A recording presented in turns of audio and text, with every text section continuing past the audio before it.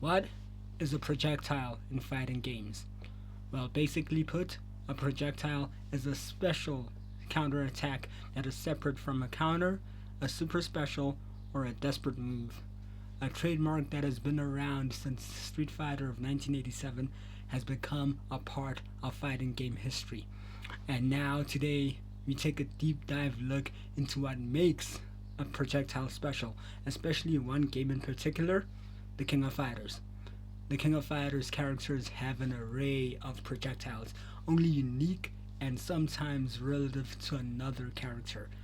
We are going to take a deep dive look into the top 10 best and probably the worst projectiles ever used in King of Fighters history. This is your boy GeekGhostGamerTop. Like, share, subscribe, and make sure we're on the road to 50 subscribers.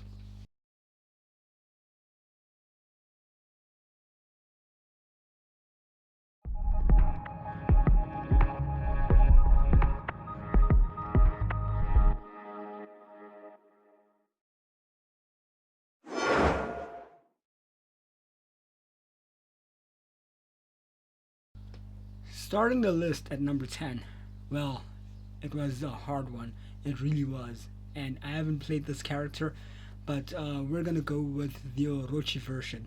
Orochi Chris, the hair, the direct link to Orochi, basically has the counter moves and projectiles to one other fire user. Won't mention the name, but I'm guessing most of you know him.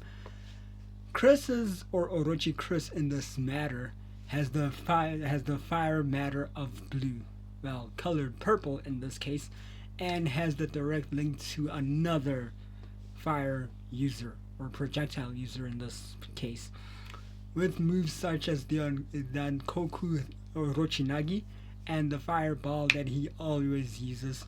Orochi Chris is one direct link that uses his pyrotechnics and projectiles to variant use. And to this case, well, he does deserve this 10th spot.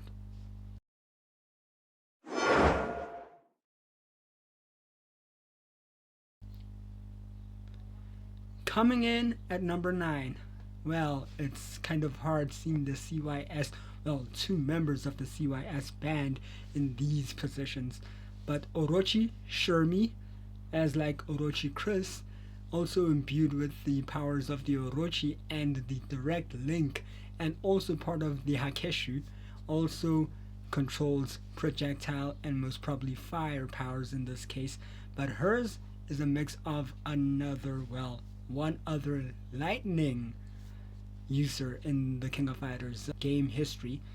Yes, we are talking about the guy with Mohawk.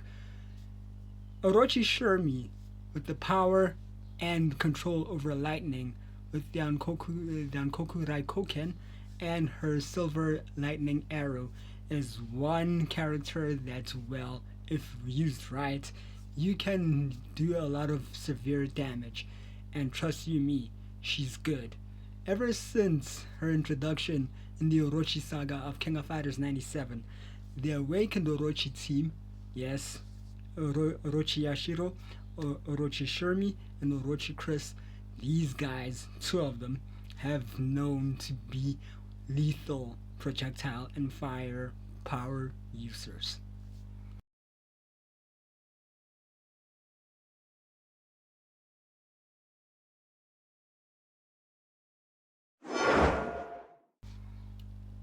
Coming in at the number 8 spot, man, only to find out that this guy was featured in one of my videos about him, is now occupying the 8th spot.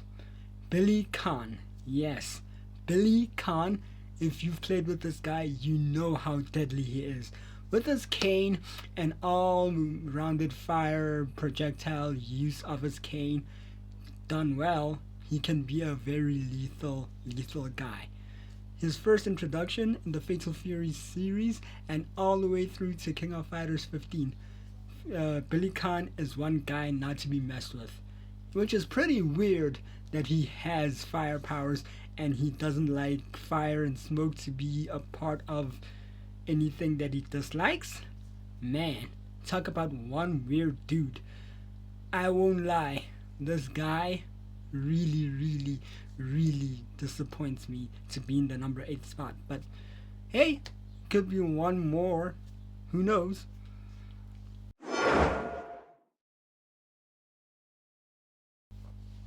Coming in at the number 7 spot.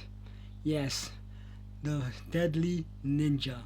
Only one Deadly Ninja in the entirety of the King of Fighters history, and she is one sexy waifu. Yes, I have a deep spot for her. Mai Shiranui, the granddaughter of the Shiranui Hattori Hanzo clan, with her moves, the Shiranui Ryu Enbu martial arts and projectile styles. Mai Shiranui mixes beauty, power, and agility.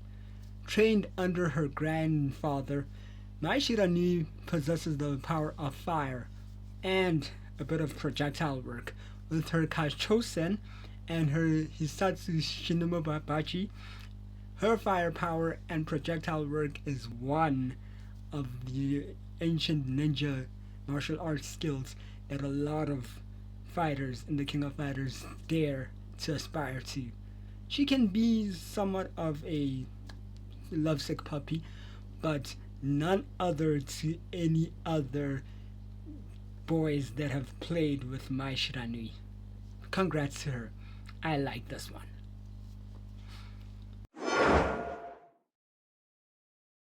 Coming in at number 6. Well, it's a very interesting list, and you know why this is such. K49. If any of y'all have played with K49, and I know a lot of people have spammed K49 in King of Fighters 2002, he's not much of a projectile guy, but that's not a guy that I'm looking for. The other guy, yes, if you know who I'm talking about, Nameless is his name, is a much better version of K49 and a much more projectile versatility user than K49. Sorry, K49, this has to be done. Nameless doesn't have much of projectile work.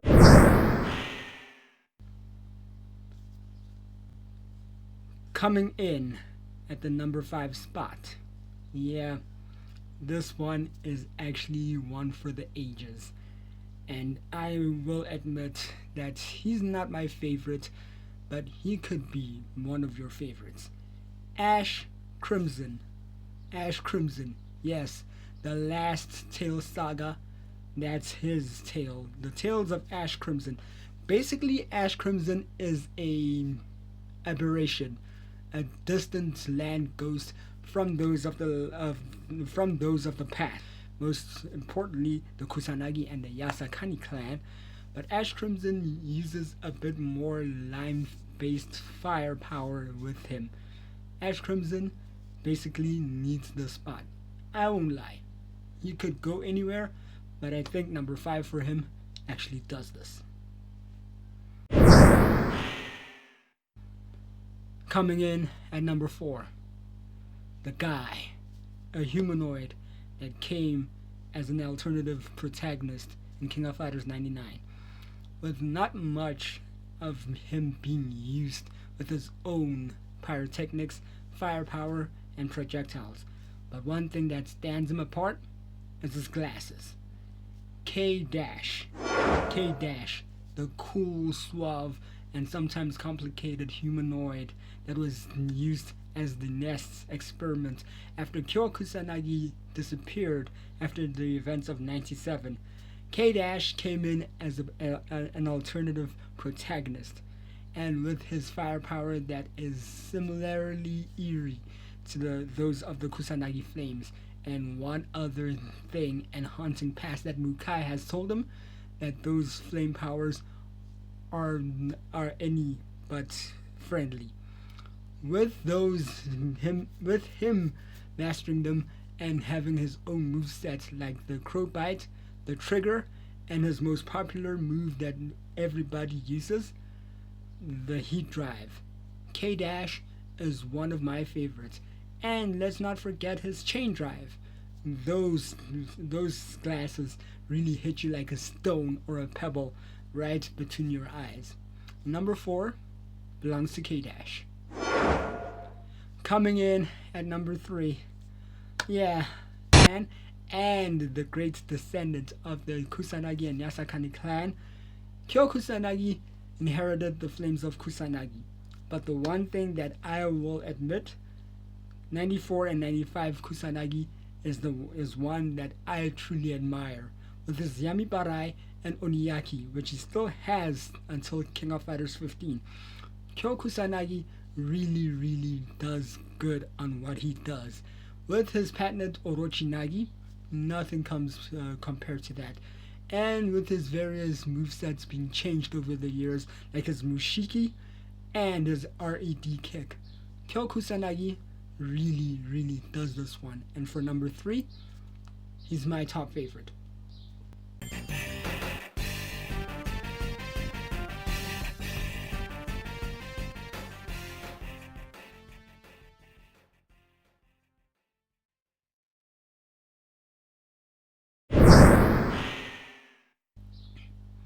Coming in at number 2, his eternal rival, Yoriyagami, the flames that burn purple, similarly to Orochi Chris, with his Yamibarai and his Oniyaki, and his Maiden Masher that kind of has a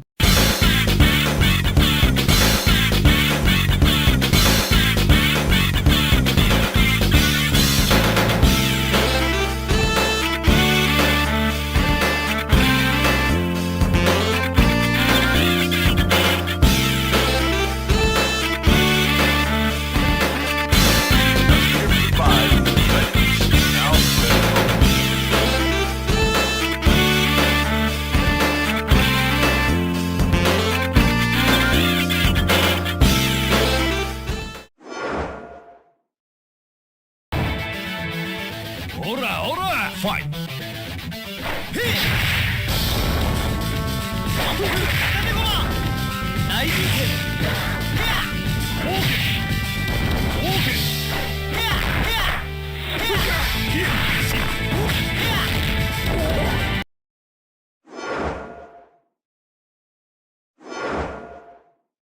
bit of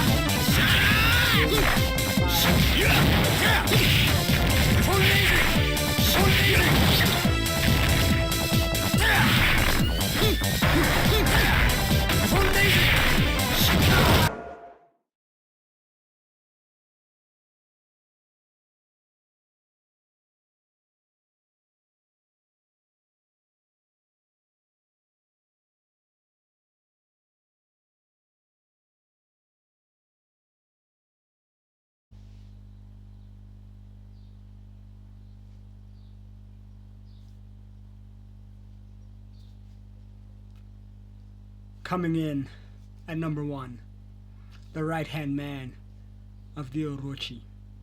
The man dressed as a priest, but you would swear that this is not any ordinary priest.